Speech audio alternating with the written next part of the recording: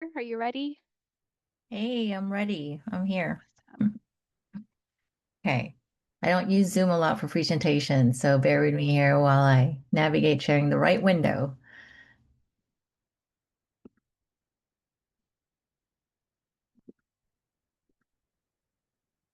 Here we go. Can everybody see my screen?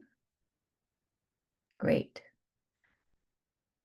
Um, and I only have 10 minutes, so I'll try not to take up more than that. Present.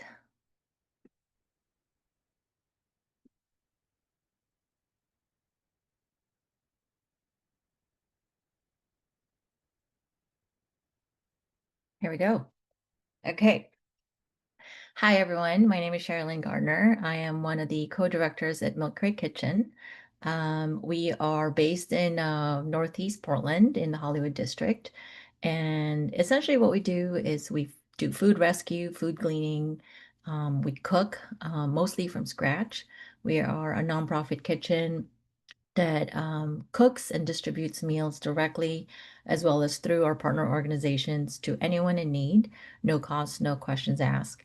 And this is our mission statement. We aim to overcome barriers to food security, and we've learned through our 5 years of being around that there are so many reasons why people experience food insecurity. We are a community-based organization, grassroots. We were founded at the beginning of the pandemic by one person, our founder, Michael Casper, and we are led by somebody who has culinary experience. He went to Oregon Culinary Institute.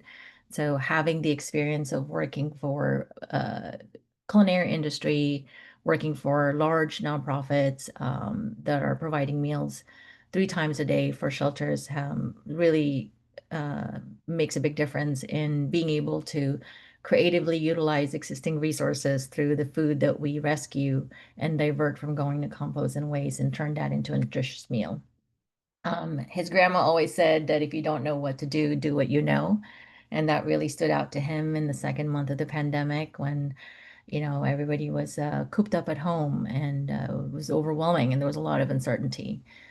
So our founder, Michael Casper, decided to use his culinary experience, his connections within the restaurant industry, food suppliers, purchase things out of his own pocket and cook from his home kitchen. We are an organization of community members. We gather every week. And as I said, we do food rescue, gleaning. We prep the meals ourselves. The meals that we provide are not frozen, they're fresh. And they're good for up to a week refrigerated or longer if you freeze them. We also do the logistics planning and the meal distribution ourselves. Some people ask us, if we have social workers or case managers on staff. We don't. But we do work and support. We work with them and we support them. So in the next few slides, you'll learn a little bit more about how people learn about our service and the types of service that we offer. A little bit of timeline about us. When we started out in the pandemic, the beginning of the pandemic, we were just helping out an average of 20 families a week. By the power of social media, free marketing, word of mouth, more and more people found out about us through Facebook, Instagram. We became a 501(c)(3) nonprofit 1 year later, which was in April 2021. So this year we celebrated our 5 years. As you can see over time, the number of families or households that we were helping each week has grown steadily. We did have to adjust in 2022. Uh, you probably, maybe most of you have heard of the Facebook group called Buy Nothing Group. And so somebody shared about our weekly menu and it just skyrocketed, it tripled, and we kind of just went with it. But because at the time, especially, we were all still volunteers, we quickly learned that that was not sustainable for an organization our size. So at the end of 2022, we made a decision to decrease the number of households that we were helping each week. And that was 80 families. And so in 2023, we were able to free up some of our time to do outreach I think that was actually the first year that I tabled at the CSN Nonprofit Connect or Resource Fair, specifically for aging and disability group at the Lloyd Center. And we met a lot of folks that way. But just kind of recognizing our limited capacity and what we do well was a good strategic move because we were still helping 80 households a week through our family meal, which see a big photo here. And we were able to pilot different projects like a farm to table partnership with a nonprofit farm and a nonprofit clinic out in East Multnomah County. We were able to kick this Food Network TV show Chopped inspired program called MCK Chop, where we just cook with what we have. You got $70, you got a couple of chefs in the kitchen. How many meals can we make in 2 hours or 3 hours or less? And we've maintained that capacity of 80 families limit since 2023 to 2024, as well as this year. And we've continued to do community building and capacity building, as well as introduce other ways where we can reach more people by leveraging partnerships with other nonprofits and community organizations that have been around longer than we have, that have established rapport with their communities. Um, in a nutshell, these are now the programs that we maintain, and you'll find information about this on our website, all but one of them, and that's the community partner meal. And I'll explain why when I get to that slide. So we directly distribute to households through our family meal program. We offer it twice a month. It's every other week. We offer a cooked family meal, just like the photo you saw earlier, that is available for home delivery as well as in-person pickup. The difference about this program is we set a menu so people know exactly what they can expect. We list the allergens that may be present or avoided. That is no cost, no questions asked, and how many people we serve or the number of slots available. We introduced what's called community partner meal last year, and we're still doing that this year, late last year. So on the weeks that we're not cooking, about 320 portions for direct distribution. We're doing community partner meal, which means we're cooking just as many, if not more, a couple hundred meals. And instead of direct distribution, we that's where we have a rotation of about 5 to 6 nonprofits that we donate meals to. And we're able to do that through our MCK CHOP program, which is our food rescue program and utilization cooking.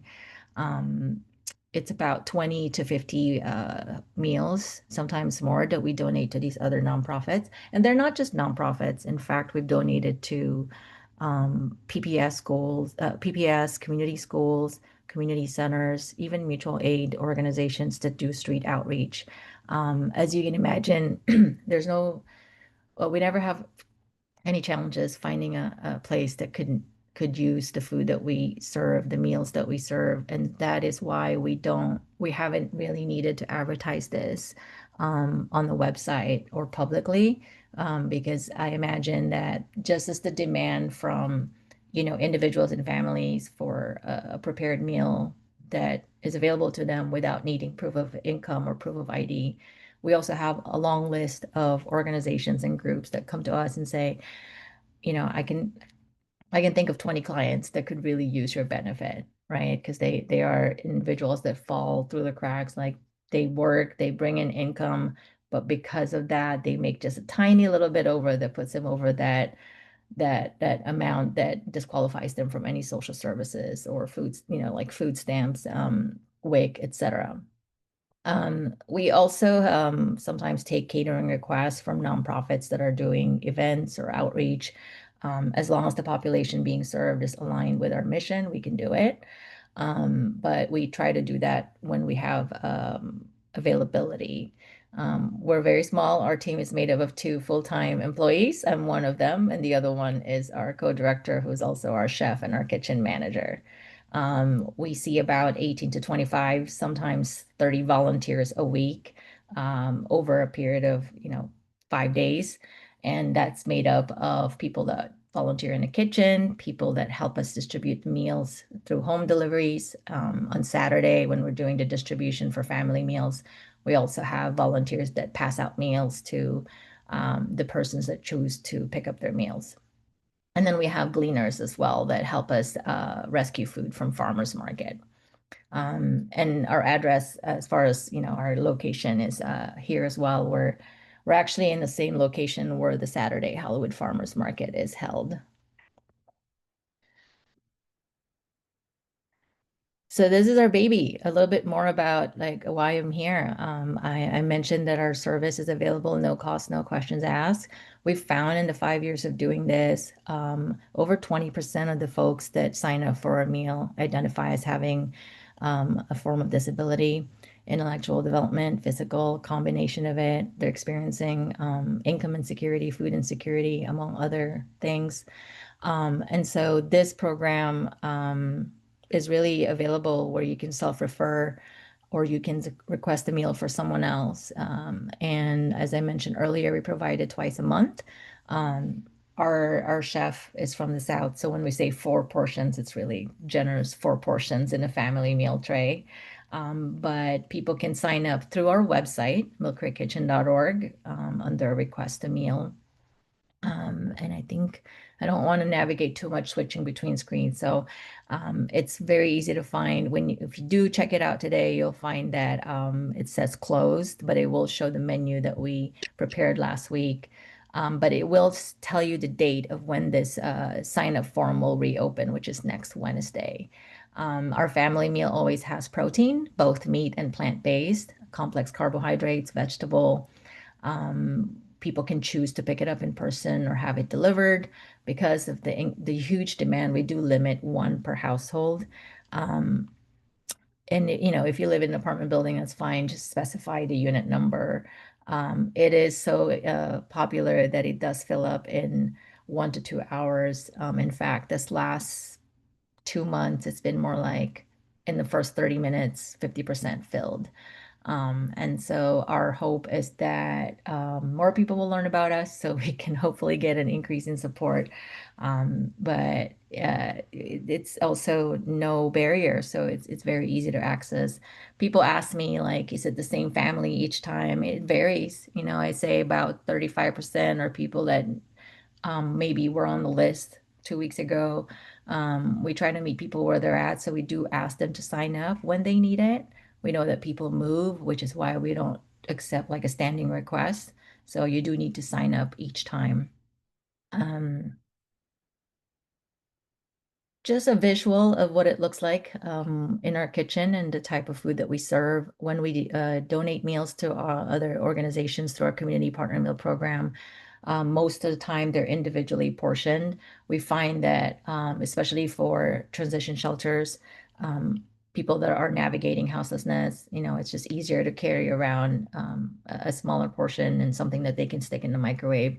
And so we do use this packaging very similar to when you get takeout food from restaurants, where it's microwave safe.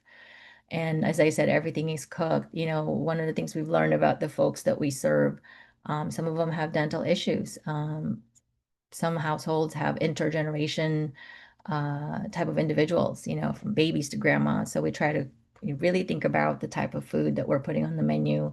We braise it down, we slice the meat, and we try to avoid seafood and bones. And even if we can't avoid it, and we got to buy chicken thighs, bone-in chicken, we'll say that on the menu as well, so folks know about it. Our delivery service is now limited to Multnomah County, most of it, but we also offer home delivery to Northwest Clackamas. However, if you choose pickup for your meal, we don't ask for an address, so truly you can come from anywhere. In fact, we have folks that will arrange a ride through rideshare or TriMet Lyft, and they come all the way from Oregon City. They'll sign up for themselves or for their neighbor who lives also outside of the delivery service boundary, and they'll come to our kitchen and pick up their meals on a Saturday morning. So it's been great to meet people too, and get to know them a little bit if they're able to get on the list on a regular basis. I'm checking the time because I want to make sure that I have time to look at the chat. I'm not looking at the chat, so if there are questions that I'm not addressing, I apologize.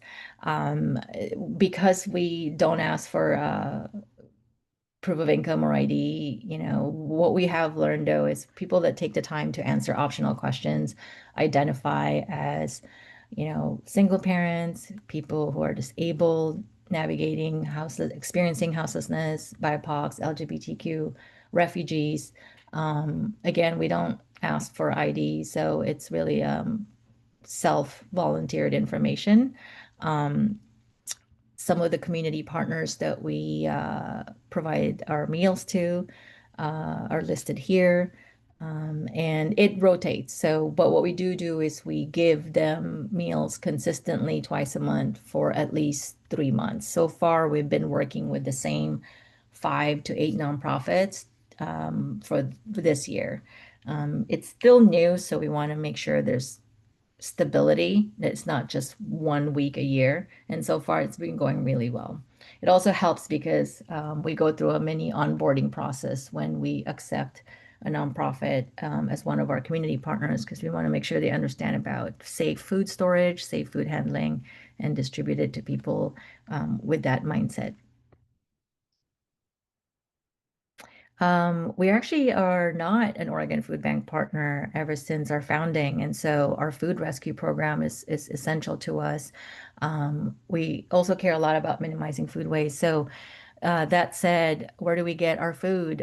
We rescue any surplus from places like farmers market. It's kind of weird to say, but we're the official gleaners at the Montevilla Farmers Market and Selwood Moreland Farmers Market.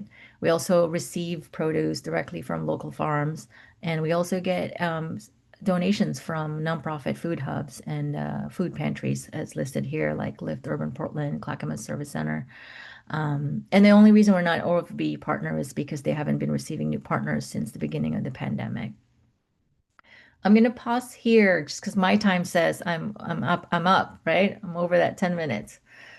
And just anybody has any questions, I think Jade, is it best that I just leave it in the chat, leave it Yeah, for Q&A later? yeah, it looks like you have some questions in the chat and you can go ahead and answer them in the chat if you'd like. Okay. But I'm yeah, gonna thank you so much for sharing everything. And we can have this posted to our website as well and available to guests to check out afterwards if you're comfortable with that. So yeah, Yes, that sounds good. perfect. Yeah, so you got some questions in the chat. And yeah, we can move on to our next presenter. Okay, thank Next, you. yeah, thank you so much, Sherilyn. It's nice to see you again. Yes. Awesome. So it looks like Erin with Pacific Refugee and Support Group. Looks like you're up next. Are you ready? Yeah, Megan and I are ready. Yeah. Um,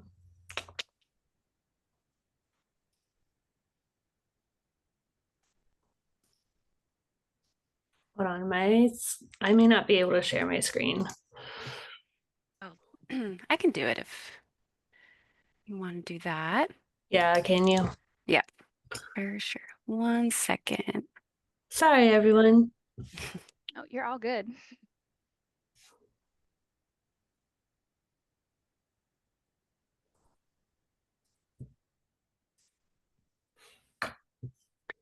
Righty, can everyone see?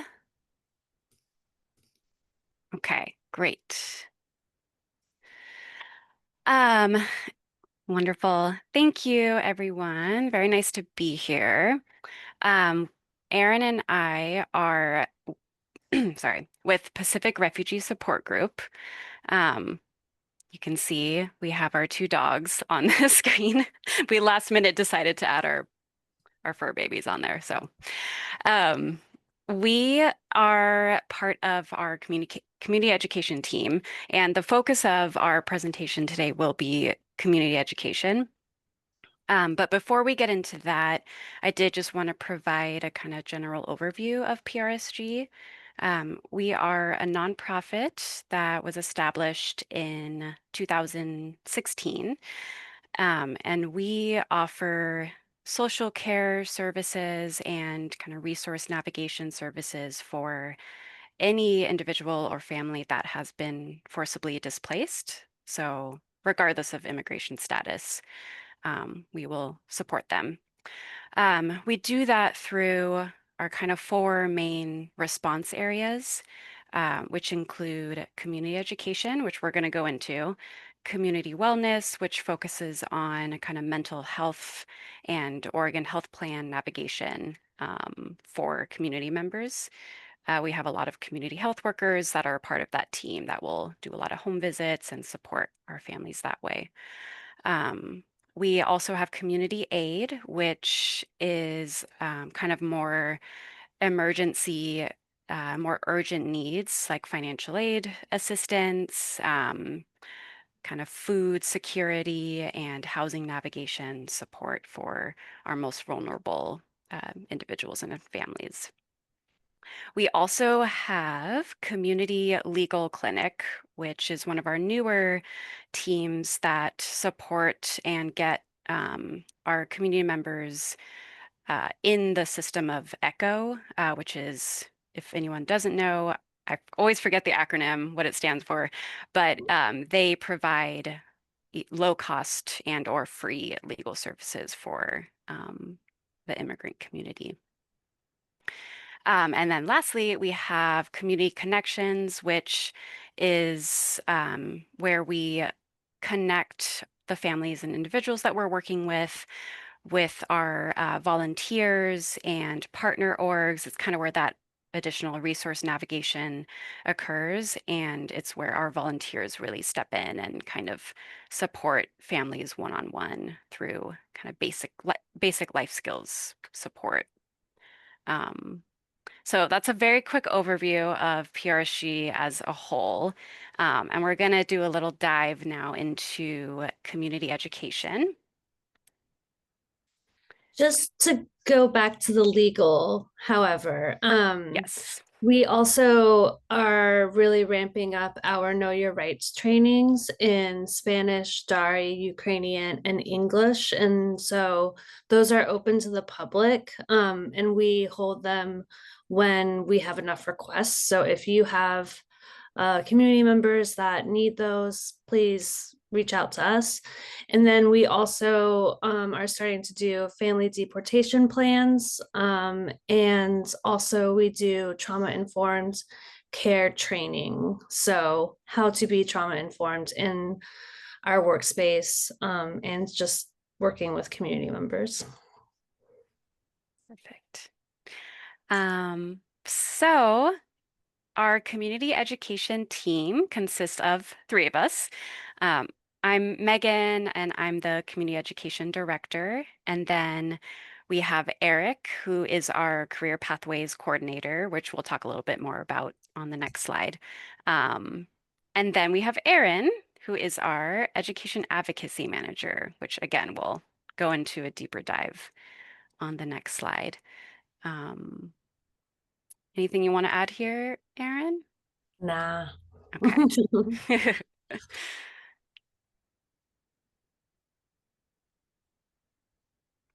Alrighty, so these are kind of our 4 main programs within the response area of community education. So I'm going to go ahead and start getting into these, and then Erin, I'll let you kind of go over the trauma-informed care and education advocacy. So we have a tutoring program which provides culturally responsive and trauma-informed tutoring that supports both the academic success and English language development needs of adult learners as well as school-aged kids and youth. We've been doing our tutoring program since the very beginning of PRSG. I started out with PRSG as a volunteer tutor. Erin did as well. And so it's kind of it's one of the core kind of areas of support that we've provided. So the way that our tutoring program works is all of our tutors are 100% volunteers at this point. We currently have around 20 active volunteer tutors. And what we do is kind of go through a matching process. And so we will meet with our tutors, kind of learn a little bit more about them and their experience and background. And then from there, do a matching, do a fit that is the best for both the student and the tutor. The tutoring can happen at the family's home, which it most often does. It can happen virtually, and it can also, we always encourage tutors and students to kind of meet at a nearby library, give that kind of more focused time, and yeah, just allow the family to also kind of learn a little bit more about the library. Um, we also work with primarily 3 different schools in Northeast Portland area, Scott Elementary, Roseway Heights Middle School, and McDaniel High School. And there we also provide in-classroom assisting with our tutors in their kind of English support classrooms for newcomers, as well as some after-school tutoring in their SUN programming. Um, I think that's the gist of our tutoring. I'm going to move over to career pathways now. And so our career pathways program is also a culturally responsive, trauma-informed. Oh, I just realized that our tutoring is listed in both the tutoring and the career pathways. My bad. So don't just ignore the career pathways description there.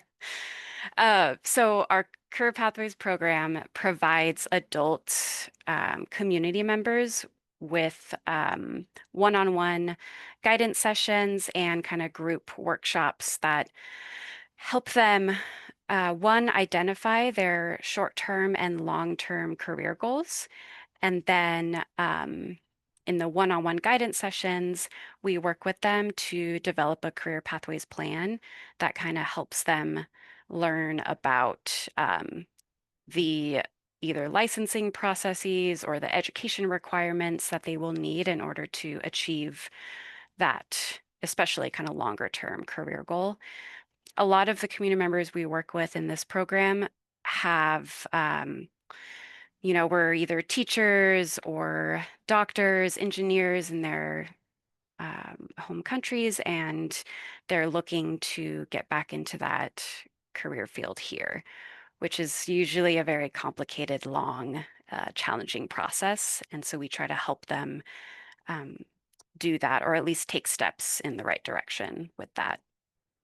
But we also provide more kind of immediate work readiness skills support through resume workshops and kind of job search navigation support, teach them how to utilize online job sites. And that can either happen one-on-one in our like office hours or through group workshops that we provide occasionally. Okay, Erin, I'll let you take it away for the next 2.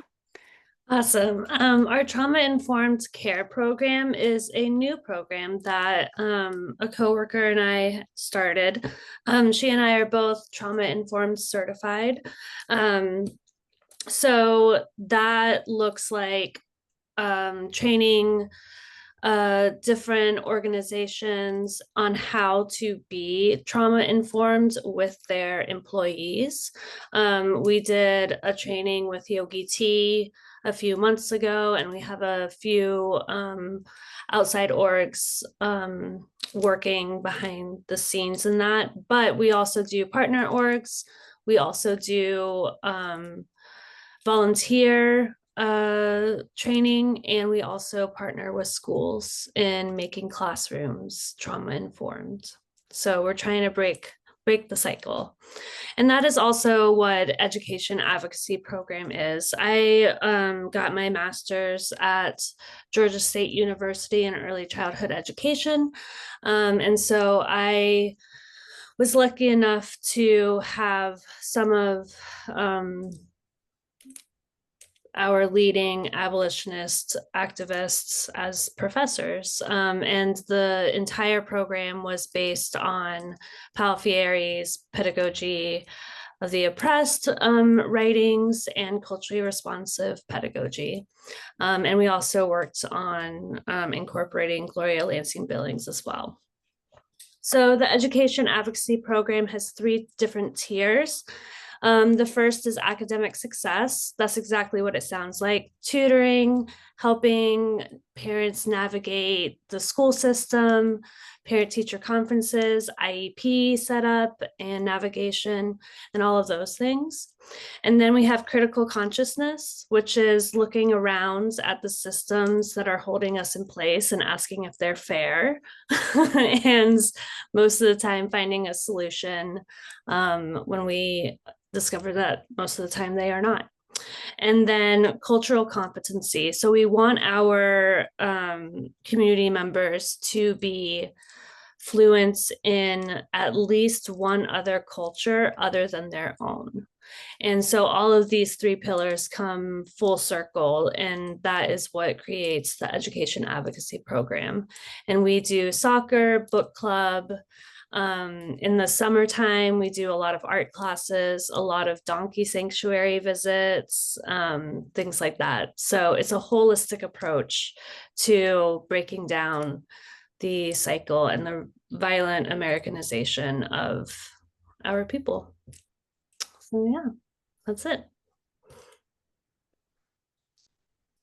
If there are any questions, then we can go ahead and answer in the chat. But yeah, I think we'll leave it at that to be mindful of time. And thank you all so much. Awesome. Thank you, Megan. Thank you, Erin. Yeah, it looks like you have a couple questions in the chat. Thank you so much for presenting. Really appreciate all these programs and the value of all of them right now. Yeah, it looks like next up we have Jahani with ERCO. Jahani, are you ready? Morning. My name is Jihan. I also am not used to Zoom anymore, so it'll take me a minute to get set up here. So bear with me. Thank you. Sounds good. Okay, hopefully you can see that.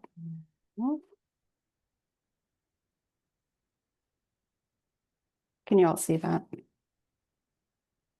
Yeah. Great. Okay, now I've got a toggle screen, sorry. Okay. So I'm, as I said, my name is Jihan Nami. I'm Director of Programs for ERCO, the Immigrant and Refugee Community Organization. Next year, we will be celebrating our 50th anniversary. We were founded in 1976 by refugees for refugees, and have since grown into an organization that supports immigrants, refugees, and the community at large. If I can move my slides forward. Sorry.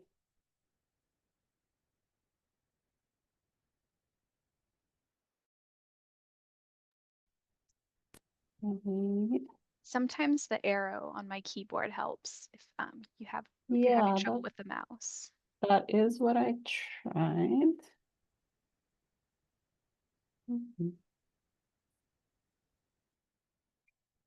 No, yeah, it says Zoom just crashed. So I don't know if you can still hear me or see me. Yeah, we can hear and we can see you. Okay. Let's try that. There we go. Is that, yeah. Yes. So our vision is a future where refugees and immigrants belong, our staff are nurtured, and our communities thrive. And our mission is to welcome, serve, and empower refugees, immigrants, and people across cultures and generations to reach their full potential. You can see our values listed on the side there, and I won't go through them for the sake of time. We serve communities in various ways. We think about it very often along the life cycle of refugees, and I'm not sure what just happened. So a life cycle of people wherever they are, wherever families are in their life cycle and also in their journey in the US. So starting with the early learning services, we provide, we have preschool services, we have home visiting and parenting workshops. We provide referrals to WIC, early intervention, and other social and educational services for prenatal through preschool. Our youth and academic services provide academic and cultural enrichment activities and support. We've got in-school tutoring, we've got out-of-school activities, we've got various culturally specific and culturally responsive services that help empower our youth. And that includes a relatively new program for youth experiencing homelessness, where we have a day drop-in center where people can come and find a safe space and referral to services that they need. Our workforce and employment services provide everything from career planning and coaching to work experiences, job placement, ESL classes, digital and financial literacy. We also have a program specific to TANF recipients in Multnomah County, where we provide job placements and barrier removals for our TANF families. We have currently our small business support is on pause due to lack of funding, but we hope to resume that work soon. That is work that we have been doing for about 20 years until we ran out of funding in June. But we do still have individual tax return assistance and individual development accounts or savings accounts for both refugees and the population at large. We provide health and behavioral health services. That includes navigation, OHP enrollments, health clinics. We've got one coming up in November at our main office off of Gleason and 102nd. We've got wellness groups, tobacco, substance, and gambling prevention, and also have housing and supportive services that we provide to families in across Oregon, including case management, rent assistance, utilities assistance, and TriMed enrollment. Our legal services span immigration, disability, and family law. So we're able to help our immigrant and refugee families, especially with these supports. Our survivor services include services for survivors of domestic violence, sexual assault and exploitation, as well as human trafficking. And we provide a variety of case management and wraparound supports, intensive supports for our survivors. Senior services include congregate meals, in-home services, information and referrals for our seniors and their caregivers, health education, citizen application support. We also have community garden at our Africa House on 102nd. And you can see there some of our seniors attending to their garden. We are also a resettlement agency since 2021, end of 2020 or 2022. Sorry, can't remember the exact date, but with the arrival of the Afghan humanitarian parolees from Afghanistan after the fall of Kabul, we became a resettlement agency and have since been welcoming refugees to Oregon.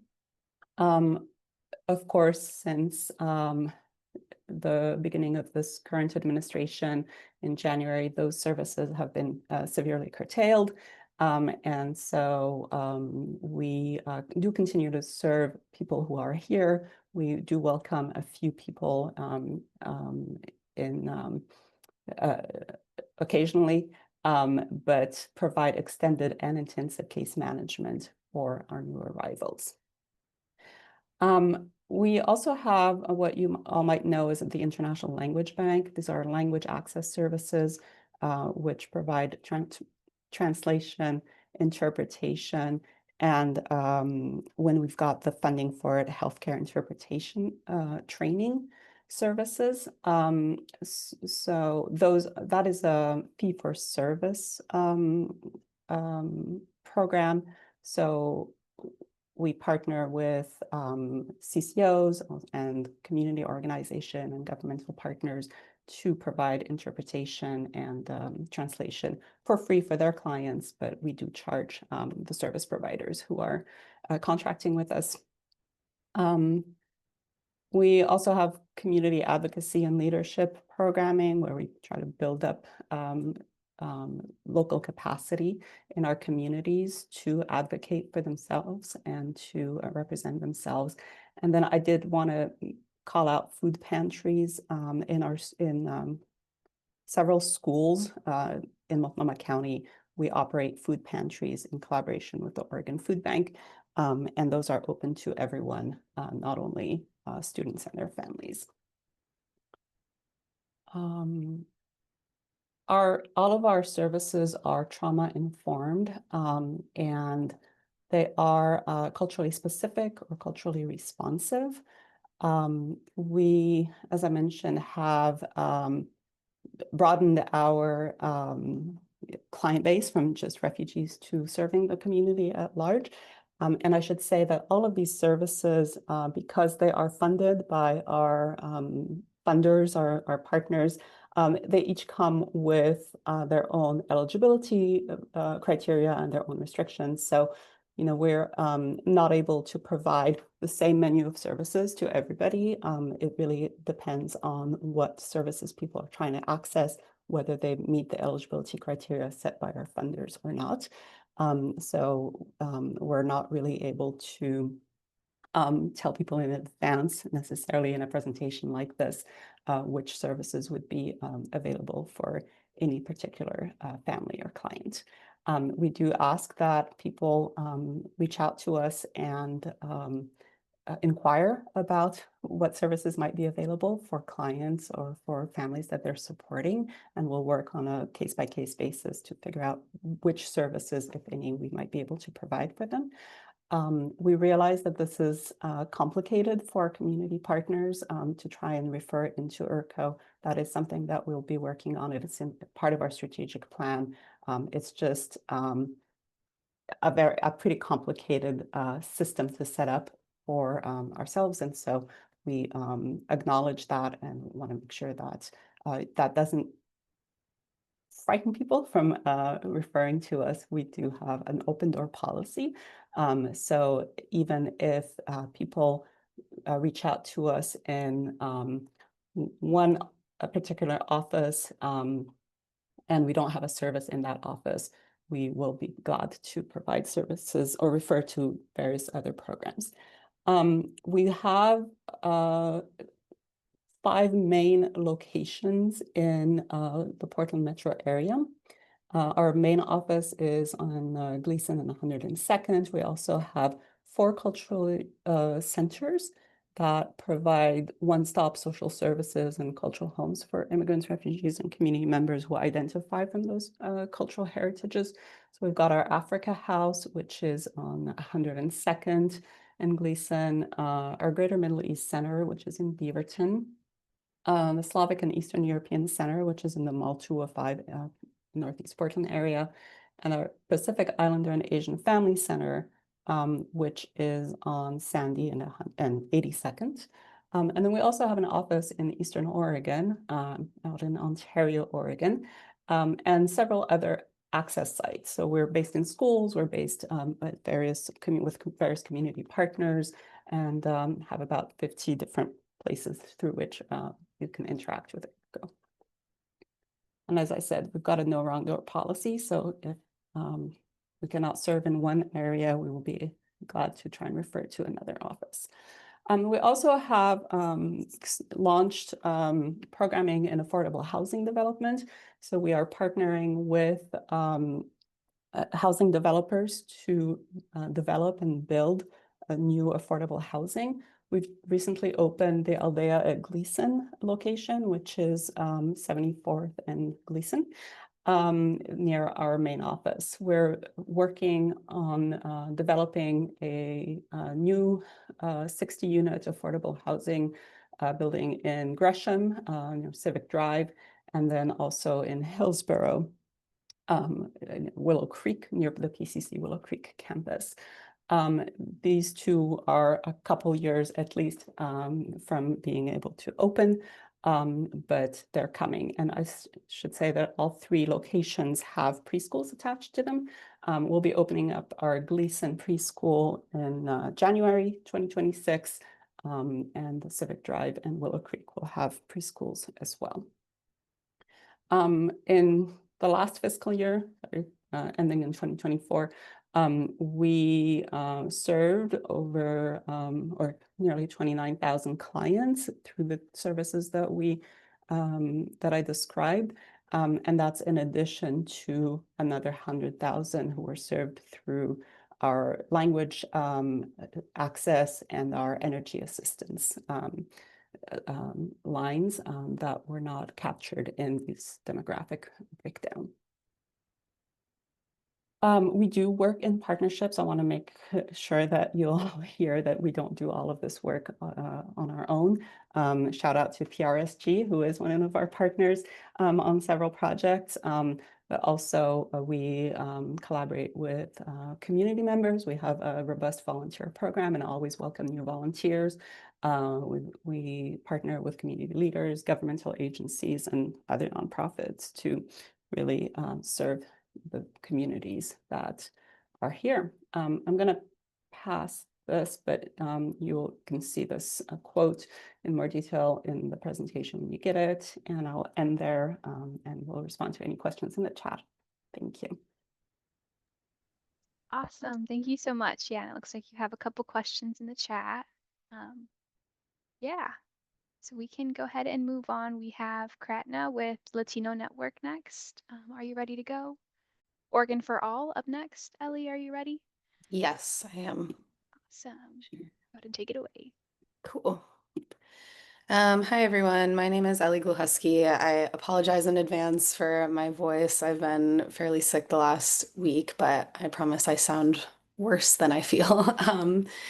But yeah, I'm so grateful to be here to tell you all about Oregon for All. I'm going to make it fairly quick just to save myself and my voice. But I just want to start off the top by saying, you know, we are a statewide coalition, and the organizations that have already presented on this call are really doing like the bulk of the work of this coalition. So while, you know, Oregon for All has definitely some resources to offer, I definitely recommend, you know, getting in deeper connection with those organizations if you're interested in just, yeah, being more a part of the work directly. Oregon for All is a statewide coalition. We have over 100 member organizations based all across the state.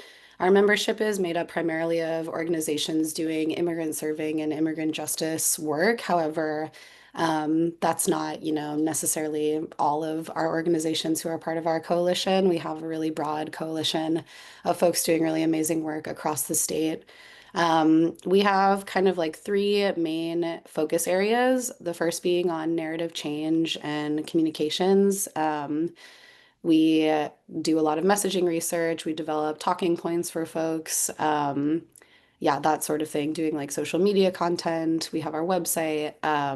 So that's what that group of folks is doing. We also have our political committee, which is focused a lot right now on doing, they're engaging with elected officials and developing talking points for them, but they're also doing a lot of political power mapping right now across the state, specifically around tracking where local municipalities are with sanctuary law.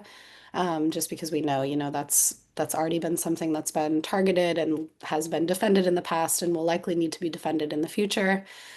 So our political team is focused on just getting an understanding of where local governments are across the state with defending our sanctuary law. And then lastly, we have our rapid response space, which, you know, as folks have already talked about, this is especially right now, a huge part of the work. We developed a statewide rapid response network in collaboration with PERC, who's been mentioned already, and in collaboration with our 18 regional leads, two of which I believe are on the call. Our regional leads are basically organizations that are uniquely positioned in their regions across the state and connected to their local rapid response network and act as a go-between between the PERC hotline and their region. But this is, really hard work and really incredible work that folks are doing. And right now, just because of the increase in activity, is really kind of where our main focus is right now. I want to just take you to our website, just feels relevant for this group. This is our Oregon for All website. I believe it was shared in the chat, but I can share it again as well.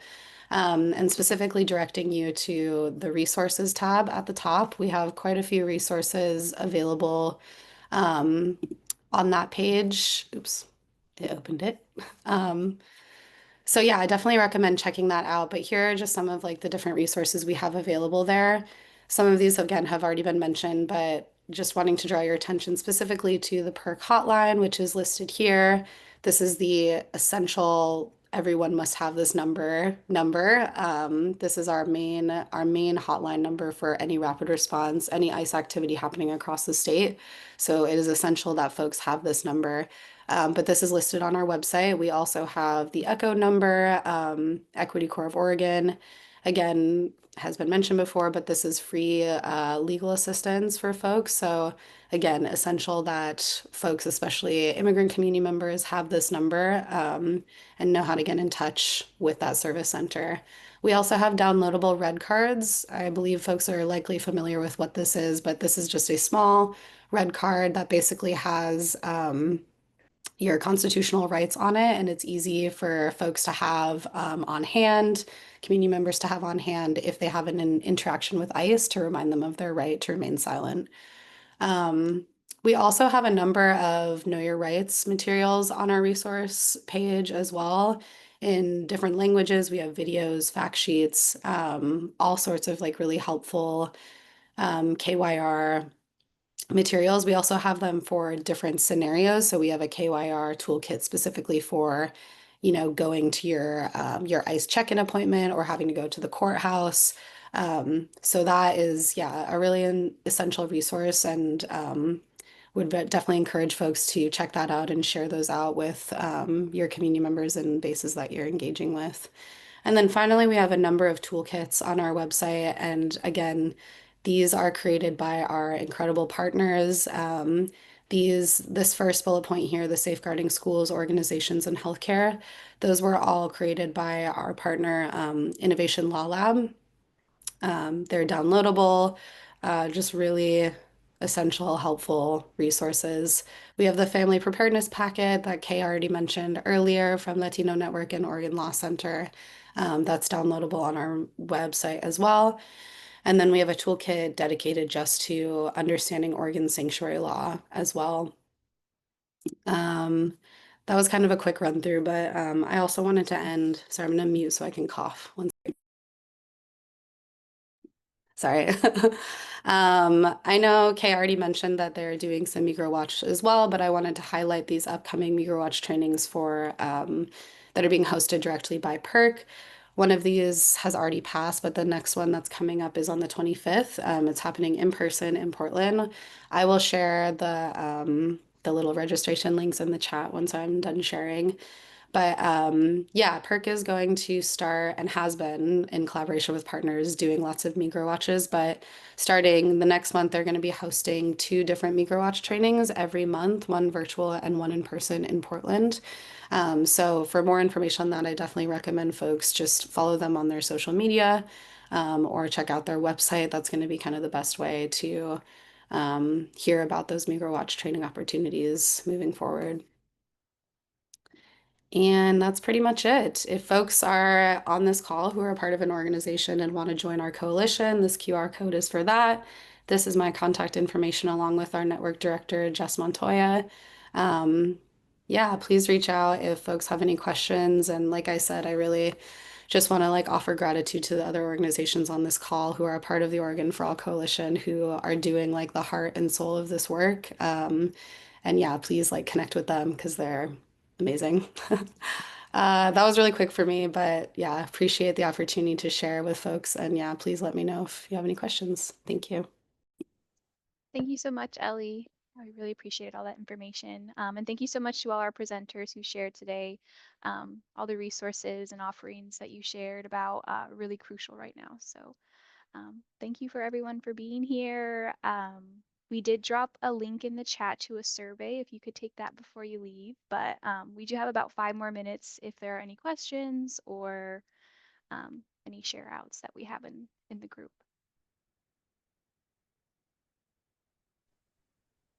I have a question or just an input. Yeah, This go is for it. this is Sam Para with Heritage Grove Federal Credit Union. Um, there was supposed to be a really large health and resource fair at Shemeketa campus in Salem. Um, they happened to cancel it due to just fear from the activities that have been going on in Woodburn and Salem. From what you've seen up north, I am aware that they dropped in. They were trying to drop. They were trying to drop into the Shemeketa campus, but Shemeketa took the proper steps to call the steps in general to call the lines, and they got the local authority involved. And ICE was basically not welcome. ICE was told, "Get out of this parking space. What are you doing?" And I'm just not sure. I mean, I don't blame them. I know there's a lot of fear